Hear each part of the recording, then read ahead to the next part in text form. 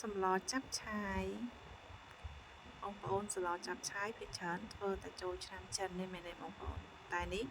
មិនថ្ងៃសែនថ្ងៃអីទេបងប្អូនដោយសារតែខ្ញុំចង់ញ៉ាំយើងអាចស្លពេលណាក៏បានដែរណាអញ្ចឹងយើងចង់ញ៉ាំអាចស្លស្មើណាក៏បានជាដំបូងយើងត្រូវលីងសាច់លីងឆ្អឹងយើងឲ្យវាស្ងួតទឹកកាត់ឆ្អាបបងប្អូនយើងលីងតតែវារីងទឹកទៅគឺវាកាត់ឆ្អាបបានមួយភាគធំដែរណាបងប្អូនភាគធំវិញគឺបាត់ឆ្អាបហ្មងបន្ទាប់មកយើងដាក់បន្លែចូលមកបងប្អូនបន្លែរឹងដូចជាការ៉ុតថៃថាវអីហ្នឹងហើយស្បែកជ្រូកស្បែកហ្នឹងបងប្អូនដាក់ឲ្យហើយមកហើយយើងកូរវាឲ្យវាសពប់មើលកូរវាសពប់ហើយបងប្អូនដាក់គ្រឿងមកដូចស្ករអំបិលប៊ីចេងអីហ្នឹងណាបងប្អូនតែខ្ញុំប្រើប៊ីចេងទេខ្ញុំប្រើម្សៅស៊ុបបងប្អូនបើបងប្អូនប្រើប៊ីចេងក៏ដាក់ទៅបានដូចគ្នាណាបងប្អូនដល់មកយើងថែមទឹកមកបងប្អូនថែមទឹកម្លិចបន្លែយើងទៅយើងដាក់ទឹកឲ្យច្រើនទៅដើម្បីងាស់វាឲ្យវាផុយសាច់ផុយបន្លែបងប្អូនយើងទុកចោលប្រហែលជាកន្លះម៉ោងបងប្អូនទុកតែកន្លះម៉ោងទៅវាផុយសាច់ផុយបន្លែហើយ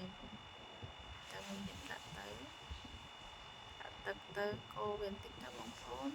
ហើយទុកវាឲ្យពុះណាបងប្អូន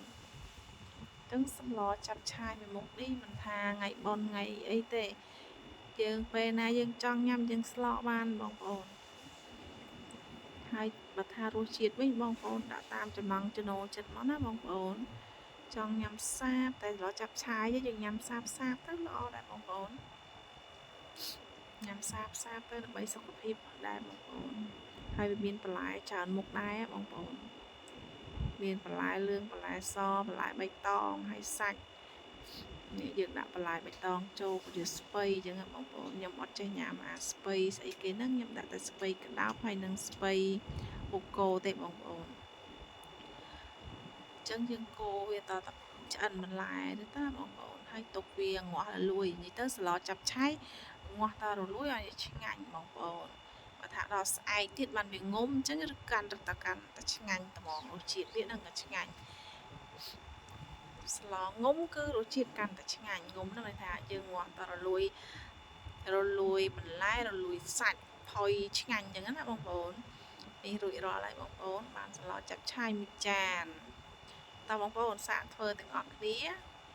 ស្លចាប់ឆាយមុនបងខ្ញុំគិតថាយ៉ាប់តែពេលស្លទៅវាអត់មានបាយទេបងប្អូនងាយស្រួលបន្លែចូលចិត្តបន្លែដាក់បន្លែហ្នឹងទៅបងប្អូ